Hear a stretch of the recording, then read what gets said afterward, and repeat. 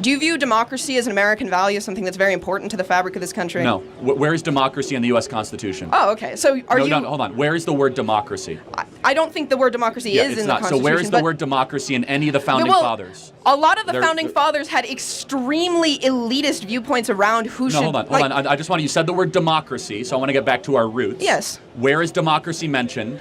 In the Federalist Papers, the Constitution, or the Declaration? I think it's good that this country has moved away from things that were explicitly believed by the founding in the Federalist fathers. Papers, and it's mentioned negatively as a problem. So you ask me, is democracy a fundamental American value? I say no. Okay. Because I go back to our roots. And Hamilton, Madison, and Jay... Oh, I know that Hamilton was anti-democracy. Hold on, these people thought that people should be owned as I want to be clear. I property. am pro-representative government, but I'm not pro-democracy.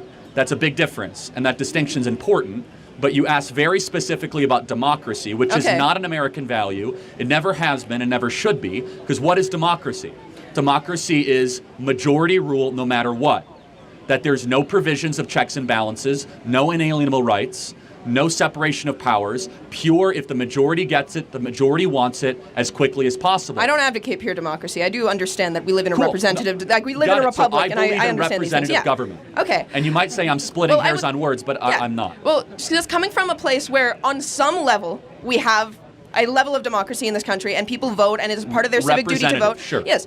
Do you not think it is in the greater interest of this country at large that its citizens are as educated as possible to therefore be able to participate in that system? I think they should be as wise as possible, and I don't think that education and wisdom are the same thing. Yeah, in fact, I understand. I think college disincentivizes the cultivation of wisdom. In the age where there is such a hypersaturation of, and we've seen this, extremely polarizing, different, people are getting their news from wildly different sources. Yes. People just don't interact with the other side at all. Do you think that being an autodidact in any sense of the term is going to give you a thorough and rigorous education if you are so likely to end up sucked into these holes where you're never interacting with people who have... That's not my only form of learning. I meet a lot of cool people. I learn from people like you and others. I mean, I'm listening when you're talking. It's not just a shtick. You haven't won me over on any of it, but you had an opportunity to.